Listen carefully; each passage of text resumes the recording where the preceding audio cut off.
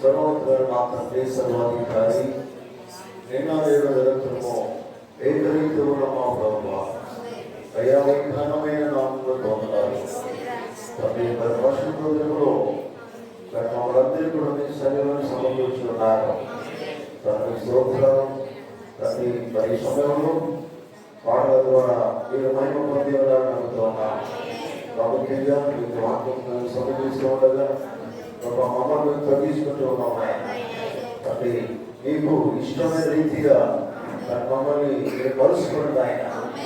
మీకు ఆయాస్కరమైన మా జీవితంలో తండ్రి ఏది ఉన్నా కానీ తీసివేయాలని అడుగుతున్నా. స్తోత్రాలు కూడి వచ్చిన ప్రతి ఒక్కరిని ఆశీర్వదించండి. వారి లోపల మీరు ఉండండి ఆయన, వారి హృదయంలో మీరు ఉండండి. ఎందుకంటే ప్రభా మా హృదయం మీకు మందిరమైనది. ప్రభా స్తోత్రం తండ్రి ప్రతి ఒక్కరిని మీరు తట్టడం ఆయన. వారి హృదయంలో నిత్యము నివసించండి. మీ కట్టలను అనుసరించడానికి నడిపించండి. ఒక మంచి ప్రత్యక్షత నిర్వహించండి. ప్రభా స్తోత్రాలు తండ్రి.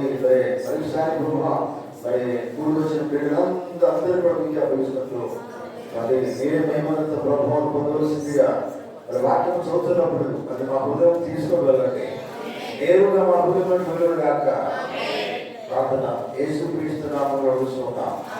ఓకే, గ్రంథంలో నుండి ఉదయం వాక్యం చదువుకుందాం. పరిశుద్ధ గ్రంథంలో నుండి మొదటి దినవృత్తాంతములు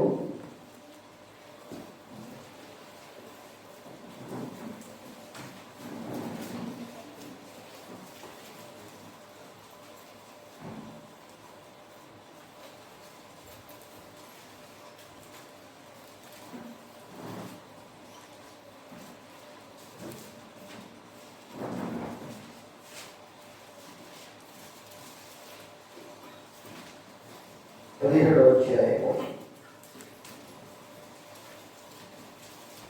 మొదటి చదువుకుందాం. దావీదు తన ఇంటి నుండి ప్రవక్త అయిన నాతానును పిలిపించి, నేను దేవదారు ప్రాణులతో కట్టబడిన నగరులో నివాసం చేస్తున్నాను. యెహోవా నిబంధన మందసము తెరల సాటున ఉన్నదని చెప్పగా, నాతాను దేవుడు నీకు తోడై ఉన్నాడు. నీ హృదయమందు ఉన్న నీ అంతయు చేయమని దావీదుతో అనెను. యువత పాఠం తెలుసు కాక అదే రీతిగా మరి పాఠం చదువుకుందాం. అపోస్తలుల కార్యములు 7వ అధ్యాయము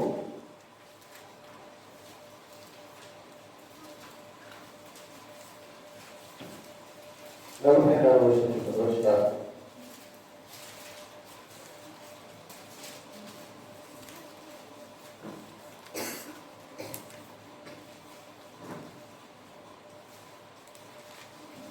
గనుక ప్రభువును ఆవలికి మిమ్మల్ని కొనిపోయిందను అతను చూసిన మాదిరి చొప్పున దాని చేయవలని మోషతో చెప్పిన వాడు ఆజ్ఞాపించిన ప్రకారము సాక్ష్యపు గుడారము అరణ్యములో మన పితరుల యొక్క ఉండేను. మన పితరులు తమ పెద్దల చేత దాన్ని తీసుకునే వారి దేవుడు తమ ఎదుటి నుండి వెలుగొట్టిన జనములను వారు స్వాధీనపరుచుకున్నప్పుడు యెహోషువతో కూడా ఈ దేశంలోనికి దాన్ని తీసుకుని వచ్చి అది దావీదు దినముల వరకు ఉండేను. అప్పుడు దేవుడి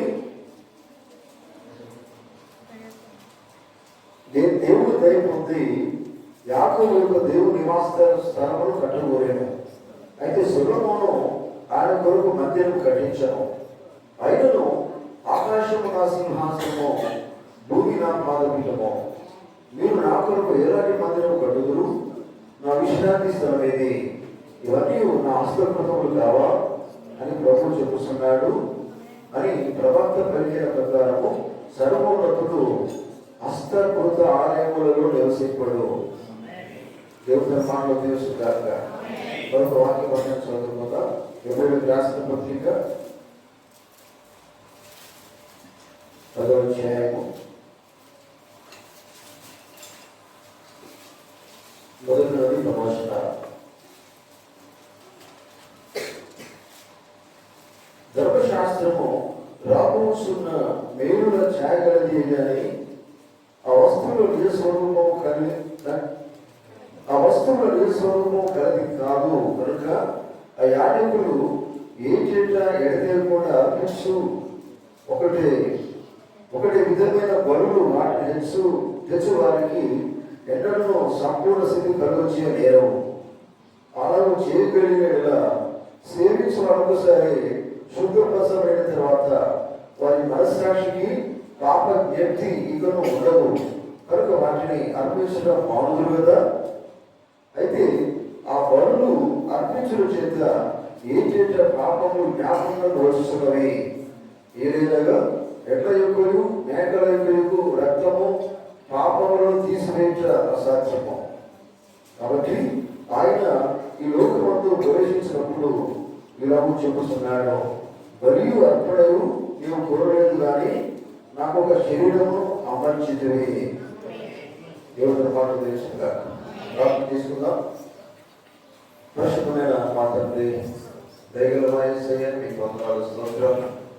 సరే పునరుత్థానంలో అదే సమయంలో మీ సెలవు నేను ప్రార్థన చేస్తున్నాను. మాకు ఇచ్చిన ఈ తరుణాన్ని బట్టి మీకు వందనాలు.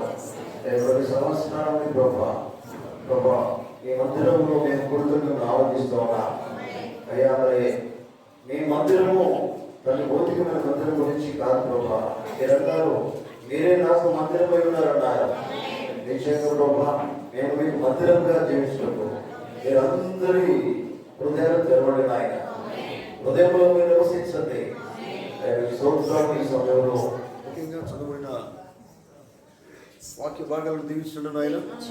మీరు మాత్రమే మీకు వాక్యం ద్వారా మాట్లాడమని ప్రార్థన చేస్తూ ఉన్నాము. తను మీకు స్తోత్రాలు అలుపుడను ప్రభు బలహీన ప్రభు నన్ను మీకు సెలవు సాటును మరుగుచ్చేయండి. మీరు మాత్రమే మాట్లాడండి నాయన.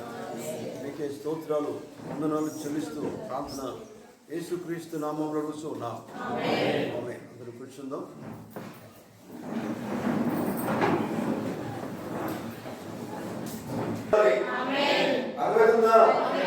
దేవుడు నీ ఇంట్లో నివసించాలంటే నీ హృదయం పరిశుభ్రమైనదిగా ఉండాలి, పరిశుభ్రమైనదిగా ఉండాలి, ఆయన ఇష్టపడేదిగా ఉండాలి, ఆయన మెచ్చుకునేదిగా ఉండాలి. చూడండి, ఆయన సంతోషపడేదిగా నీ హృదయం ఉండాలి. అప్పుడు దేవుడు నీ హృదయంలో నివసిస్తాడు. నీ హృదయం దేవుడికి మందిరంగా ఏర్పాటు చేయబడుతుంది. హల్లెలూయా. దేవునికి స్తోత్రం కలుగుగాక. చూడండి, యేసు ప్రభువు అనేక ప్రాంతాలను తిరిగాడండి. అనేక మందిని ఆయన బాగు చేస్తున్నాడు. అనేక మంది రోగాలను వెలువెట్టాడు, రోగాలను బాగు చేస్తున్నాడు, అనేక దయ్యాలను వెలువెట్టాడు. హల్లెలూయా. నిజమే కదా. ఆమేన్. చివరికి అందరూ బాగుపడ్డారు. బాగుపడిన వాళ్ళు అందరూ ఆయన వెంబడించలేదు. నిజమే కదా. ఆయన వెంబడించిన వాళ్ళు ఎంతమంది అంటే చాలా తక్కువ మంది అండి. చిన్న సంఖ్య మాత్రమే ఆయన వెంబడించారు. హల్లెలూయా. ఆయన చిన్న సంఖ్య ఏం కలిగి ఉండాలి? క్యారెక్టర్ కలిగి ఉండాలి. ఆయన గుణ లక్షణాలు కలిగి ఉండాలి. హల్లెలూయా. చూడండి పిల్లలు గమనించండి. అందుకనే దేవుడు కోరుకున్న సంఖ్య చిన్న మంద. ఆయన అన్నాడు, చిన్న మంద భయపడకండి అన్నాడు. ఎందుకంటే పెద్ద సంఖ్య వాళ్ళకి కాదు దేవుడు రాజ్యం మీకే. ఎందుకంటే మీరు నన్ను చేర్చుకున్నారు, నాకు ఇష్టమైన క్యారెక్టర్ కలిగి ఉన్నారు. హల్లెలూయా.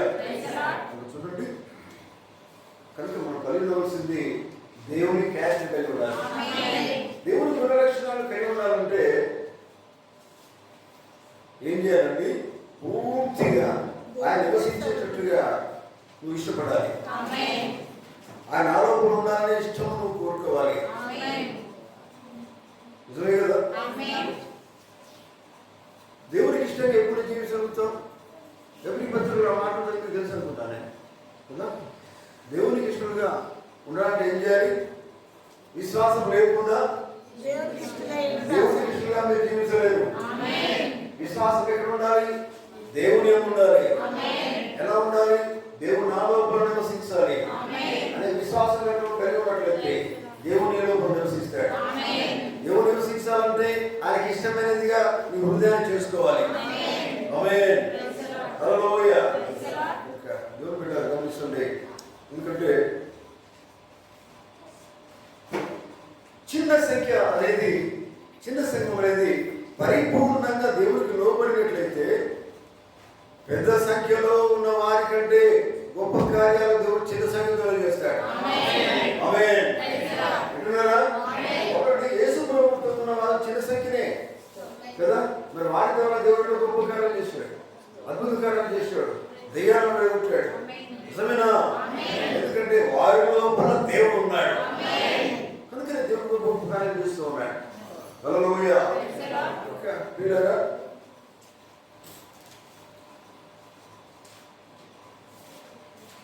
ఇక్కడ దేవుడు ప్రభుత్వం మంచి మాట చెప్తారు. పిల్లరా, జాగ్రత్తగా నీ జీవితంలో ఏ సమయంలోనైనా నీవు అలక్ష్యంగా ఉండవచ్చు, కానీ నీవు వెళ్ళే లేకపోతే నీవు చేరే ఆ గమ్య స్థానముకు నిత్యత్వము గురించి మాత్రము అలక్ష్యంగా ఉండకు, బహు జాగ్రత్తగా కలిగి జీవించు. ఆమేన్. ఎంతో నిశ్చయతను కలిగి ఉండాలి. ఎందుకంటే నువ్వు ఏది చేయాలనుకుంటున్నావు, నీ ఉద్దేశం ఏంటిది, నీ గురి ఏంటిది, నీ గోల్ ఏంటిది? నిత్యము దేవుడితో ఉండాలి. నిజమేనా? హల్లెలూయా. నిత్యము దేవుడితో ఉండాలంటే మనం ఏం కావాలి? ఎట్లా జీవించాలి? బహు జాగ్రత్తగా జీవించాలి, అజాగ్రత్తగా కాదు. హల్లెలూయా. దేవుని స్తోత్రం కలుగుగాక. చూడండి, అలక్ష్యం చేయకూడదు, లక్ష్యం కావాలా. లక్ష్యం అంటే ఏంటండి? గురి కదా.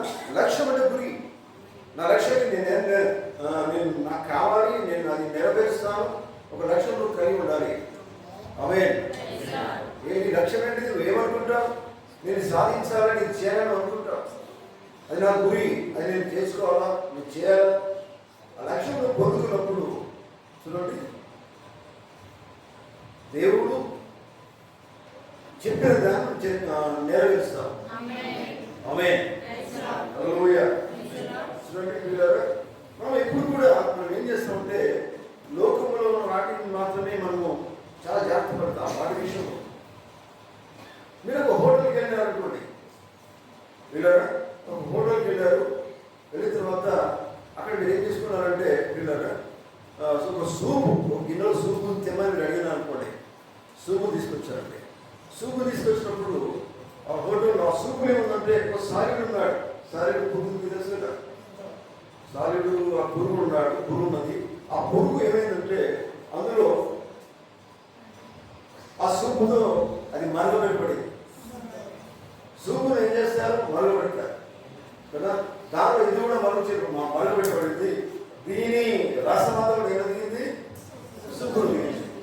సూపులు దిగినప్పుడు ఏం చేస్తామంటే హోటల్లో ఉన్న వాళ్ళని పిలుస్తారు, ఏదో ఇదంతా అంటాం. అంటే దాన్ని ఎంత జాగ్రత్త పెడతాం. ఒకవేళ నువ్వు ఆ సూపును తాగితే ఏమవుతుంది? చస్తామంటే చచ్చిపోతుంది, మరణమైపోతాం. అర్థమవుతుందా?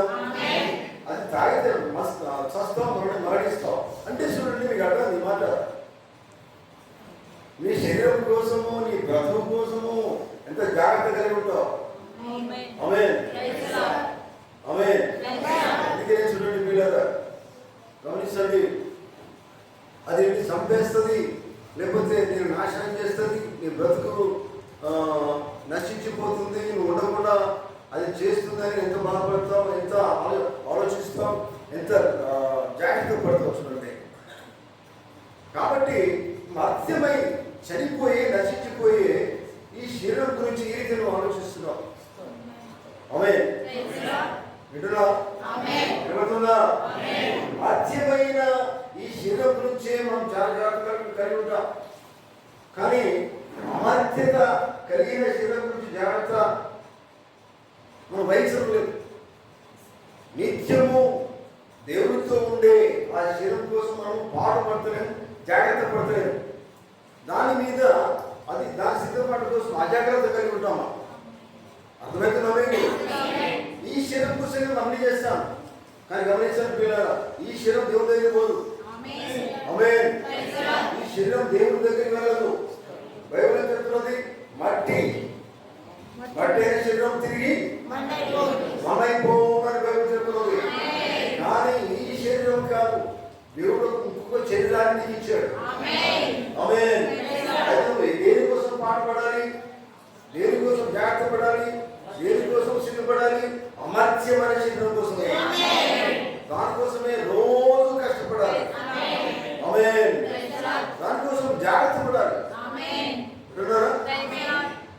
రోజు పొద్దున నుంచి సాయంత్రం దాకా ఎంత కష్టపడతామండి? చెమట ఓడిస్తాం, కష్టపడతాం. దేనికోసము? దేనికోసం కష్టపడతారు? ఏ శరీరం కోసం కష్టపడతారు? పనికిరాని శరీరం కోసం. అవునా కదా? ఎంత కష్టపడ్డానండి, చెమటలో చూడండి. నాకు నెలకు ఎన్ని సంపాదిస్తాను అనుకున్నారు మీరు? లక్షలు సంపాదిస్తాను. దీనికోసం బాగా పర్వాలేదు, కష్టపడుతున్నా. కానీ గుర్తుపెట్టుకో, జాగ్రత్త కలిగి నువ్వు ఎట్లా బతకాలని ఆలోచిస్తున్నావు. కానీ ఇంకొకరి గురించి ఆలోచించు. నిత్యము జీవించే ఆ నిత్యత్వం కోసం ఆలోచించు. దాని కోసం నువ్వు బాధపడాలి, ఒక లక్ష్యం కలిగి ఉండాలి. అంటే జాగ్రత్త కలిగి జీవించాలి. ఆమేన్. హల్లెలూయా. ఈ జీవితంలో ఇంత జాగ్రత్త కలిగి ఉన్నప్పుడు, ఎందుకంటే బైబిల్ చెప్తున్నది, దేవుడు ప్రభుత్వం అదే మాట అన్నాడు, ప్రకృతి సిద్ధమైంది, ఆత్మ సంబంధమైన దానికి మాదిరిగా ఉన్నది. దీనికోసం ఎంత కష్టపడుతున్నావు? మరి ఆత్మ శరీరం ఉన్నది, దానికోసం ఏం కష్టపడుతున్నావు? ఆమేన్. నీ ఆత్మ శరీరము బాగుండాలంటే నీ హృదయంలో యేసు ప్రభు ఉండాలి. ఆమేన్. నీ హృదయం దేవునికి మందిరంగా ఉండాలి. నీ హృదయంలో దేవుడు నివసించాలి. దేవుని మాటకు లోబడాలి. దేవుడు చెప్పింది చేయాలి. దేవుని కట్టడలు అనుసరించాలి. ఆమేన్. చూడండి, కట్టడలను కష్టపడిస్తారు దేవుడు వాక్యము. అయినప్పుడు నువ్వు చేయవలసినది దేవుడు చెప్పింది నువ్వు చేయాలి. హల్లెలూయా. నువ్వు చేస్తున్నప్పుడు నువ్వు ఎప్పుడు చేస్తావు తెలుసా? జాగ్రత్త కలిగి ఉంటేనే దేవుని వాక్య ప్రకారంగా జీవిస్తావు. జాగ్రత్త ఉంటే చేయండి, జాగ్రత్త కదా, జాగ్రత్తగా ఉంటేనే దేవుని వాక్య ప్రకారం జాగ్రత్తగా జీవిస్తావు. ఆమేన్. హల్లెలూయా. ఇంకా దేవుని బిడ్డలారా గమనిస్తున్నారా? కనుక మనము దేవుడు మనలో పొందాలి, ఆయన మనకు నివసించాలి అంటే మనం చేయవలసింది ఏంటిది? జాగ్రత్త కలిగి జీవిస్తాం. ఆమేన్. హల్లెలూయా. అయితే ప్రియులారా గమనించండి, మనం చదువుకున్న వాక్య మందిరం గురించి మనం వింటూ ఉన్నాం. దావీదు ఏమనుకున్నాడు? 17వ అధ్యాయంలో, నేను మంచి గృహంలో నివసిస్తూ ఉన్నాను. నిజమేనా? హల్లెలూయా. అంటూ ఇంకేమన్నాడు? మన మొదటి దినవృత్తాంతంలో 17 దావీదు తన ఇంటి నుండి ప్రవక్త అయిన నాతానును పిలిపించి, నేను దేవదారు రాములతో కట్టబడిన నగరంలో నివాసం చేస్తున్నాను. నేను మీతో మాట్లాడే సబ్జెక్ట్ ఏంటంటే పిల్లరా, డెడికేషన్, సమర్పణ. దేవునికి స్తోత్రం. ఆమేన్. డెడికేషన్ గురించి మనము ఆలోచించినట్లయితే పిల్లరా గమనించండి,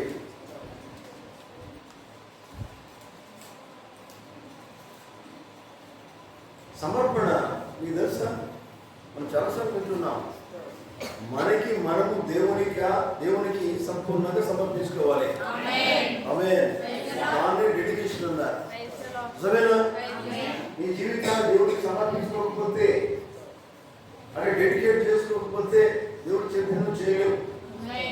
ఆమేన్. హల్లెలూయా. చూడండి, అందుకనే ప్రవక్త వర్తమానంలో ఉన్నారు టోటల్ డెలివరెన్స్ అంటే ఒక సంపూర్ణమైన విడుదల అని వర్తమానంలో ప్రవక్త అన్నాడు. చూడండి, క్రైస్తవులైన మనము మన సొంత ఇష్టములను మనము ఆయనకు సమర్పణ చేసుకున్నట్లయితే, అంటే మన ఇష్టం ఏమై ఉండాలి? ఆయనకి ఇష్టమైనది ఉండాలి. మన ఇష్టం అంటే మన ఇష్టం అంటే ఏమైనా ఇష్టం అనుకుంటాయి కాదు, మన ఇష్టం అనేది ఆయనకి ఇష్టమైనది ఉండాలి. అటువంటి ఇష్టాన్ని మనం సమర్పించుకున్నట్లయితే చూడండి, దేవుడికి మనము సంపూర్ణంగా అర్పణ చేసుకుంటాం. సంపూర్ణంగా అర్పణ చేసుకుంటాం. మీకు తెలుసా, నువ్వు అర్పణ చేసుకున్నట్లయితే దేవుడి కోసం జీవించలేమంటే డెడికేట్ చేసుకోవాలి కదా. మీకు తెలుసా,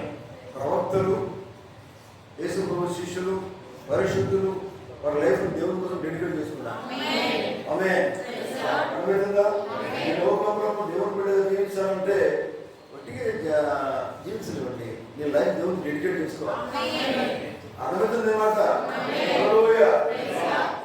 ప్రార్థనకి వచ్చి పోవడం డెడికేట్ చేసుకోవడం కాదు, పాట పాడడం డెడికేషన్ చేసుకోవడం కాదు.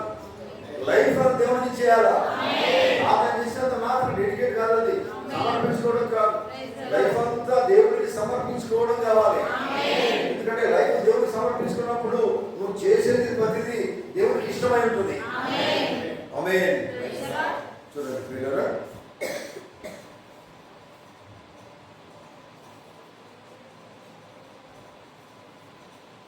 అయితే నువ్వు అర్థం చేసుకోలేదు ఎట్లా ఉంటుందంటే పిల్లరా, వినండి జాగ్రత్తగా. దేవుడు నమ్మినట్లుగా నేను ఆయనకి ఎంతగానో అర్పణ చేసుకోవాలి. మాటకి అర్థంగా దేవుడు నిన్ను నమ్మేటట్లుగా నువ్వు అర్పణ చేసుకోవాలి. మాటకి అర్థంగా అర్థమైందా? అయ్యా నేను అర్పణ చేసుకున్నానని చెప్పుడు కదండి. దేవుడు నమ్మే విధంగా నిన్ను నీవు దేవుడికి అర్పణ చేసుకోవాలి. అర్థమైందా? హల్లెలూయా. అంటే దేవుడు నిన్ను నమ్మేటట్టుగా జీవిస్తున్నట్టే. చూడండి, దేవుడిని నమ్మేటట్టుగా జీవితం ఉండాలి.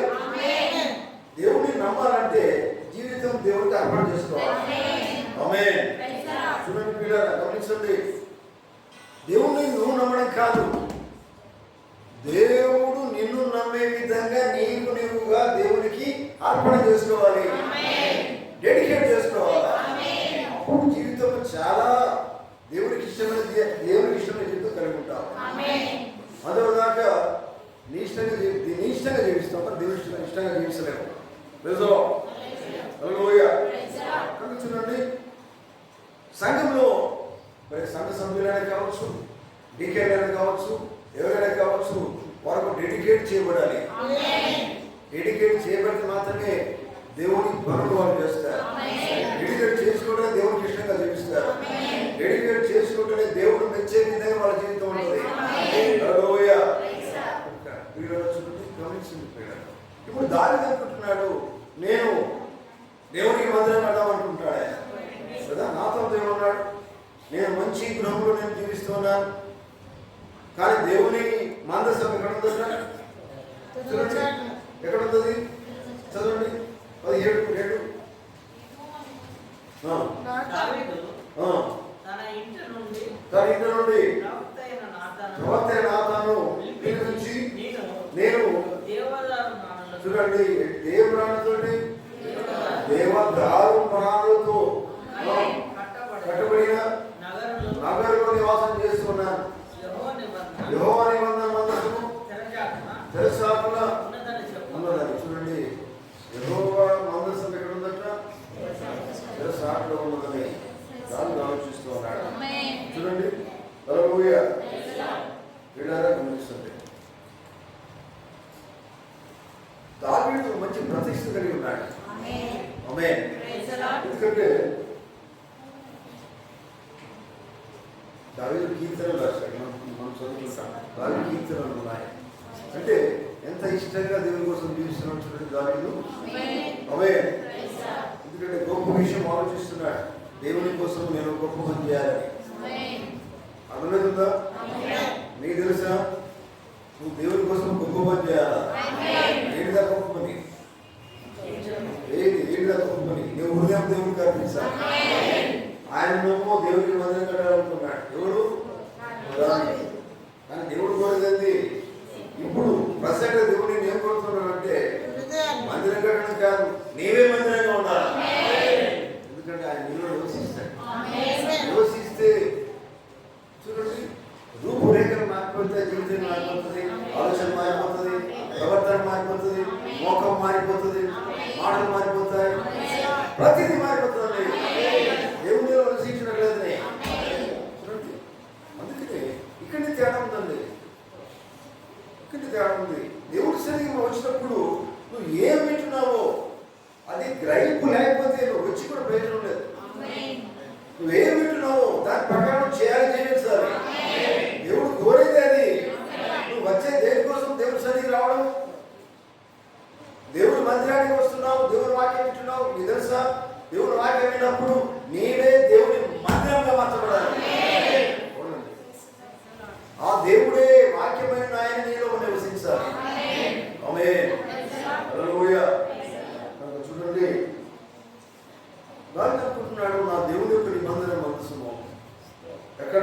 ఉన్నది, గుడారాలలో నివసిస్తున్నాడు అని ఆయన అనుకుంటున్నాడు. ఆయన మందిరం మంచి కట్టని ఆలోచిస్తున్నాడు. చూడండి, ఆమేన్. అందుకే నాతన్ ఏమన్నాడు, దావీదును నీ హృదయంలో ఏదైతే ఉన్నదో అది చేయమన్నాడు. నిజమేనా? వాక్యం ఏం చెప్తుందండి? ఆ మాట చూడండి, నాతన్ అన్నాడు అన్నమాట. నాతను దేవుడు నీకు తోడై ఉన్నాడు అంటున్నాడా? దేవుడు నీకు తోడై ఉన్నాడు. ఇంకా నీ హృదయం అందున్న అంతయు చేయమని దావీదుతో ఆయన దావీదు అనుకుంటున్నాడు, కానీ దేవుడు కూడా అనుకుంటున్నాడు. మనము చూడండి, దావీదు కొన్నిసార్లు మంచిగానే ఆలోచిస్తాడు, వీళ్ళరా దేవుడికి ఇష్టంగానే ఆలోచిస్తాడు, దేవుడు ఇష్టపడతాడు. కానీ కొంతవరకే. ఆమేన్. హల్లెలూయా. ఇట్లా దావీదుతో నాతన్ అన్నాడు, మళ్ళీ నాతనుతో దేవుడు అంటాడు. చూడండి, నా సేవకుడు దావీదుతో చెప్పమంటాడు. ఏం చెప్పమంటాడు? చూడండి, ఆయన ఆలోచన తర్వాత ఆయన ఉద్దేశాలు, నా కోసం ఏదో చేయాలనుకుని నేను వేసుకుంటున్నాను. నేను భూమికి వచ్చినప్పుడు నివసించేదానికి నాకు స్థలం లేదు, నా జనులు చూసుకోవడానికి నాకు స్థలం లేదు. కానీ ఏ న్యాయాధిపతిని కూడా నేను నాకు ఒక మందిరం కట్టమని నేను అడగలేదు. అర్థమవుతుందా? నేను ఎవరిని కూడా నేను ఆజ్ఞాపించలేదు. కానీ నేను ఒక గుడారం నుండి ఇంకో గుడారం వస్తూ ఉన్నాను. గుడారం నుంచి ఇంకో గుడారం. హల్లెలూయా. దేవునికి స్తోత్రం కలుగుగా. చూడండి, దీని గురించి మనము అర్థం చేసుకున్నారు లేదు. చూడండి, ఇప్పుడు దీనికి సారూప్యంగా మనం దానికి సాదృశ్యం అనిపించారా? నేను ఇక్కడ గుడారం నుంచి గుడారంకు, ఒక స్థలం నుండి మరొక స్థలంలోకి నా జనులను నేను కలుసుకుంటూ వెళితేనే అని దావీదుతో చెప్పమని ప్రభుత్వ దేవుడు మాట్లాడారు. ఆమేన్. హల్లెలూయా. మీకు తెలుసా దావీదు ఎక్కడున్నాడు? ఎక్కడి నుంచి దేవుడు ఎక్కడ తీసుకొచ్చాడు? దావీదు ఎక్కడో ఉన్నాడు. గొర్రెల కాపరి ఉన్నప్పుడు దేవుడు దావీదుని తీసుకొచ్చి ఎక్కడ పెట్టాడు? రాజులో పెట్టాడు. ఆమేన్. హల్లెలూయా. చూడండి, గనులకు ఘనమైన వాటికి వచ్చేటువంటి ఆ పేరు దావీదుని తీసుకొచ్చాడు. ఆమేన్. హల్లెలూయా. చూడండి, అందుకే దావీదు అనుకుంటున్నాడు, నిరంతరం ఆలోచిస్తున్నాడట, దేవుడి కోసం నేను ఏం చేయాలి ఆలోచిస్తున్నాడు, నిరంతరం ఆలోచిస్తున్నాడు. దావీదు ఏ విధంగా నిరంతరము ఆలోచించినప్పుడు కీర్తనలు ఆయన పాడుకున్నాడు, కీర్తనలు రాసుకున్నాడు.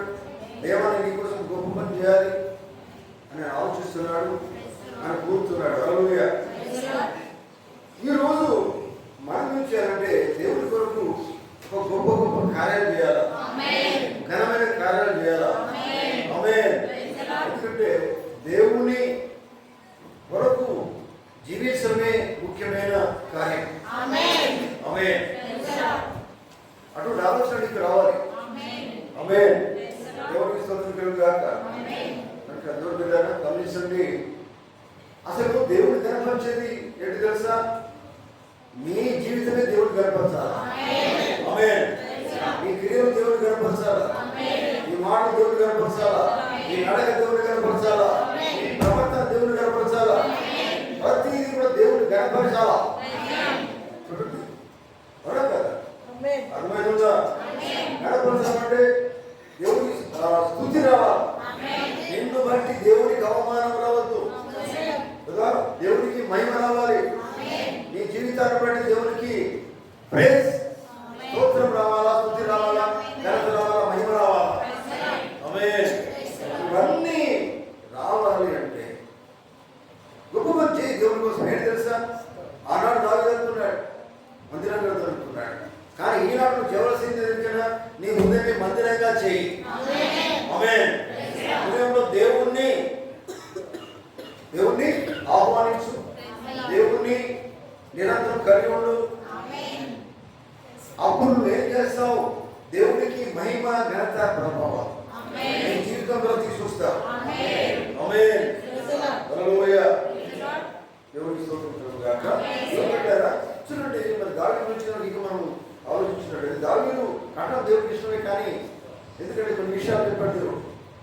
ఆయన యుద్ధం చేశాడు కదా, రక్తము కూడా కొంతమంది చంపాడు. ఇవన్నీ దేవునికి ఇష్టం లేదు. హల్లెలూయా. ఒక మాట అన్నాడు, ఏమన్నాడు దావీదు దేవుడు ప్రవక్త ద్వారా అన్నాడు, ఏమన్నాడు, నీ కుమారుని ద్వారా నాకు ఒక మందిరము కట్టబడుతుంది అన్నాడు. ఆమేన్. హల్లెలూయా. దేవునికి స్తోత్రం కలుగుగాక. చూడండి, ఎందుకంటే నీ నడుములో నుండి ఒకటి జన్మించబోతున్నాడు. ఆయన ఎవరు? సొలొమోను.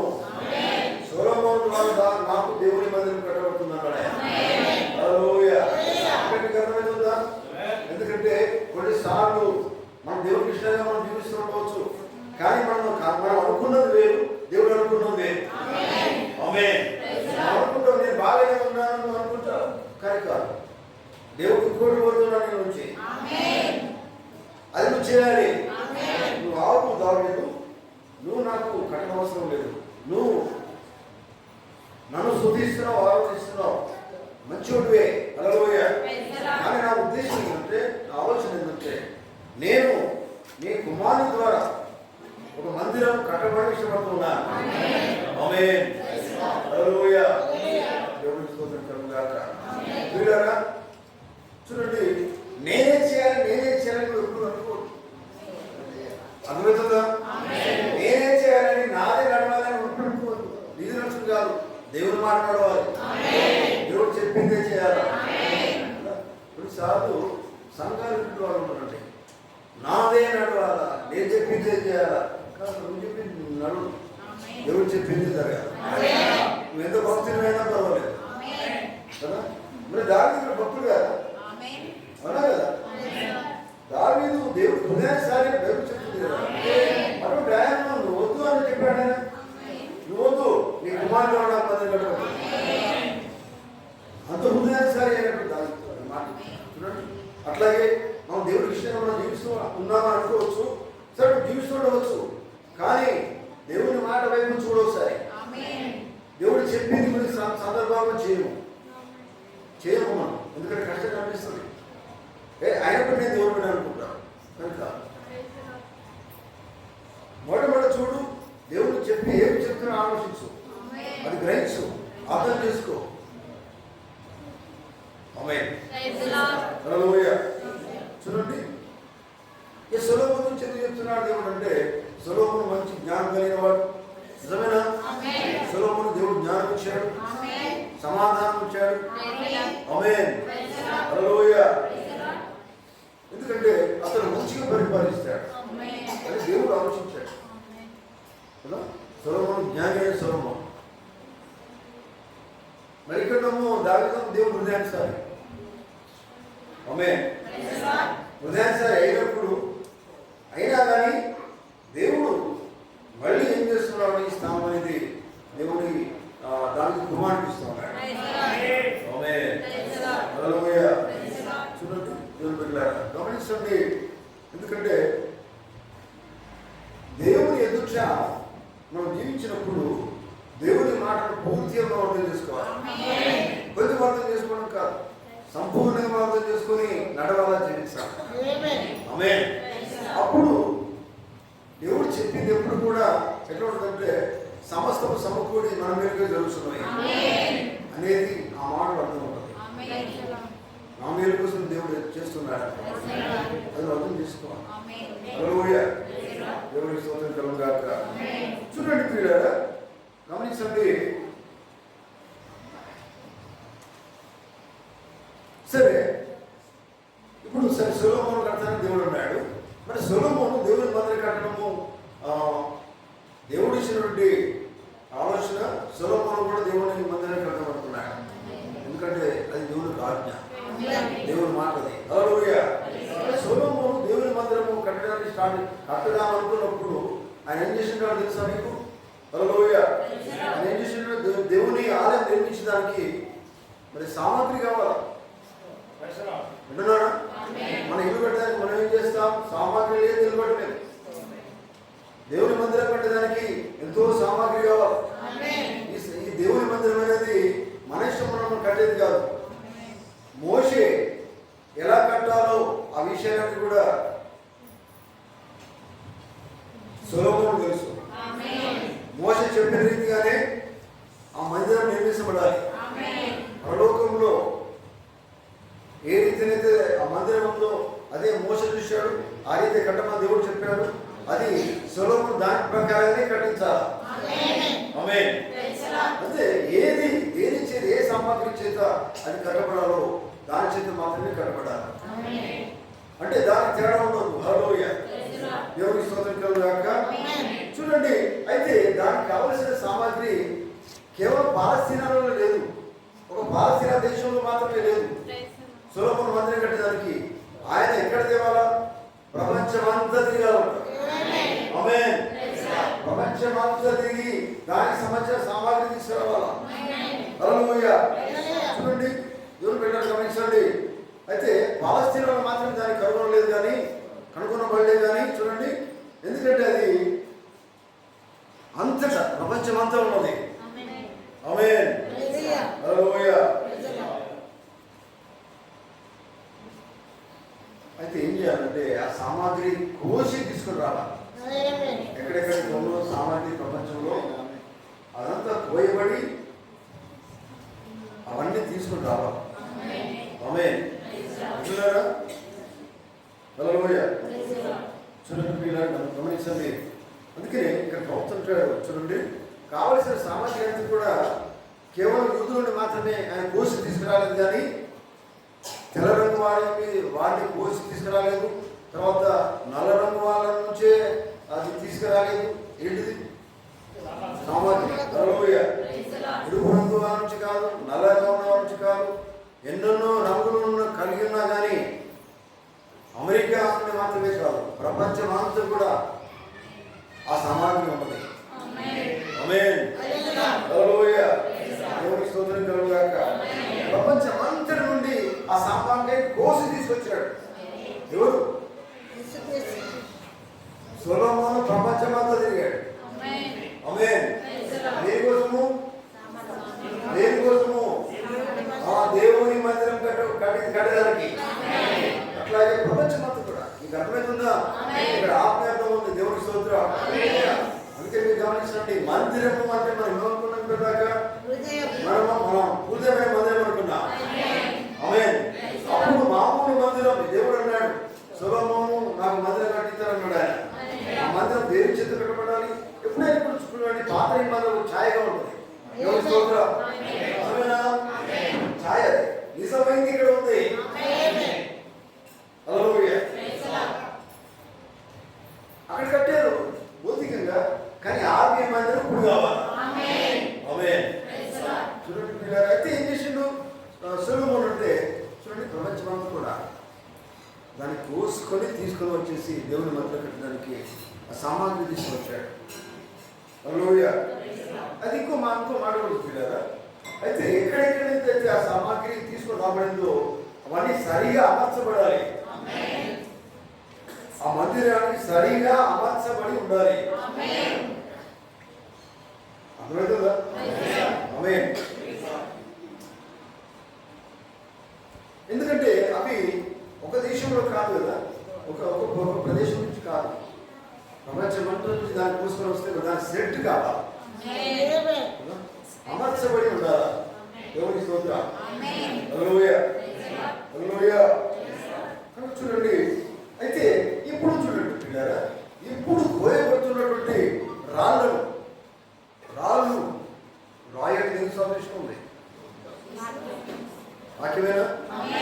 ఆమేన్.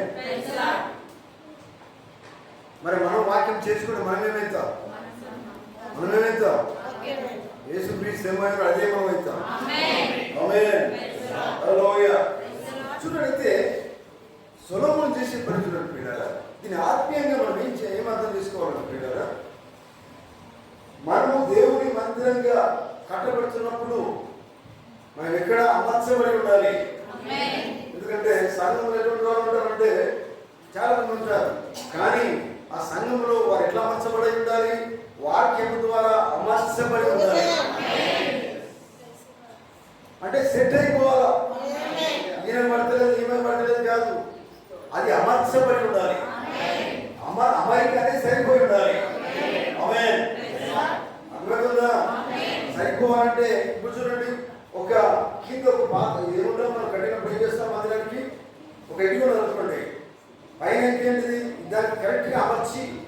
కలిగి ఉండాలి. ఒక సంఘ సభ్యుడు ఉన్నాడు, ఇంకో సంఘ సభ్యుడు, ఇద్దరు కూడా ఎట్లా ఉండాలి? ఒకరికొకరు అమర్చబడి ఉండాలంటే కలిసి ఉండాలి. ఒకరికొకరు భేదాలు ఉండకూడదు, ఈర్ష్యలు ఉండకూడదు, కపటాలు ఉండకూడదు, కక్షలు ఉండకూడదు.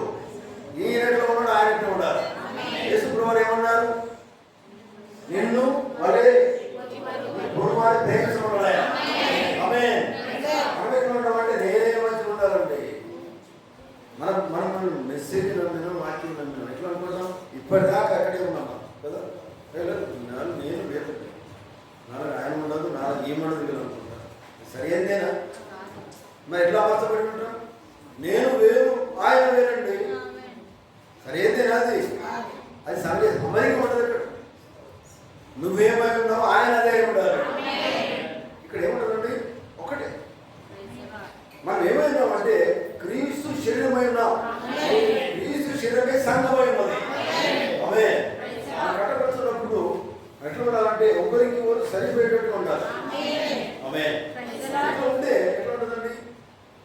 అక్కడ ఏముంటుంది? ఆ సంఘంలో అది నిజంగా క్రీస్తు మందిరంగా ఉంటుంది. చూడండి,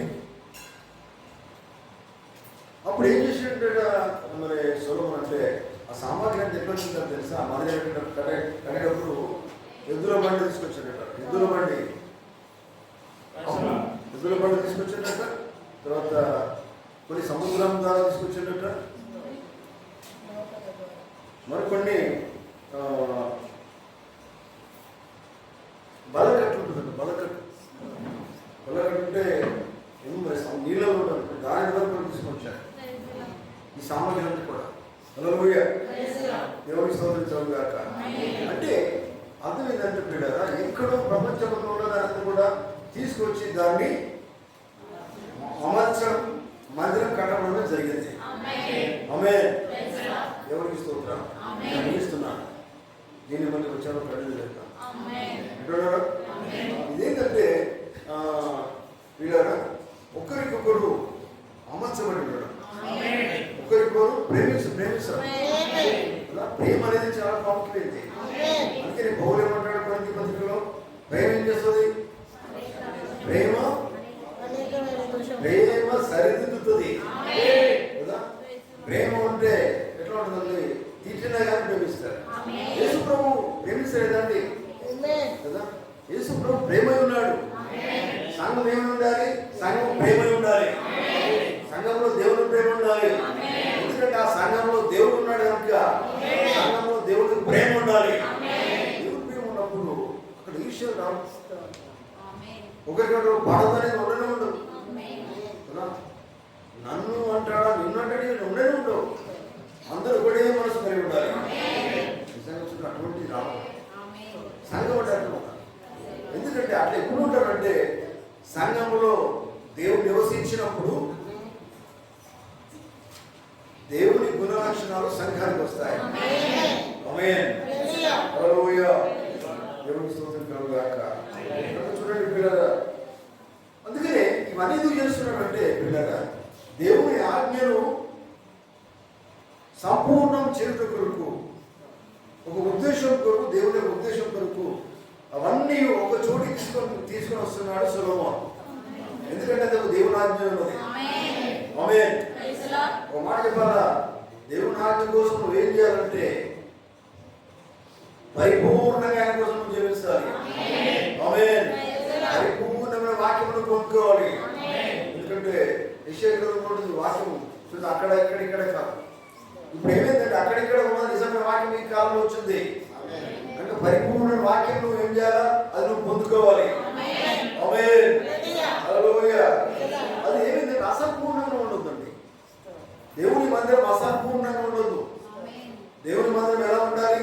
సంపూర్ణమైన దేవుని కలిగి ఉన్నప్పుడు సంపూర్ణమైన దేవుని మందిరంగా ఉండాలి.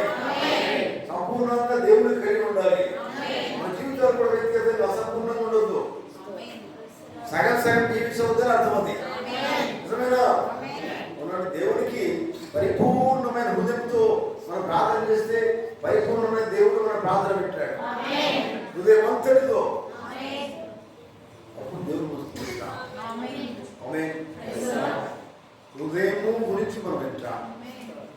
చేసుకోవడం హృదయమే. హృదయం నుంచి ఆలోచన వస్తుంది. హృదయం నుంచి ఆలోచన దేవుడి కొరకు నువ్వు జీవించినట్టుగా చేస్తుంది. హృదయంలో దేవుడు ఉంటే మాత్రమే.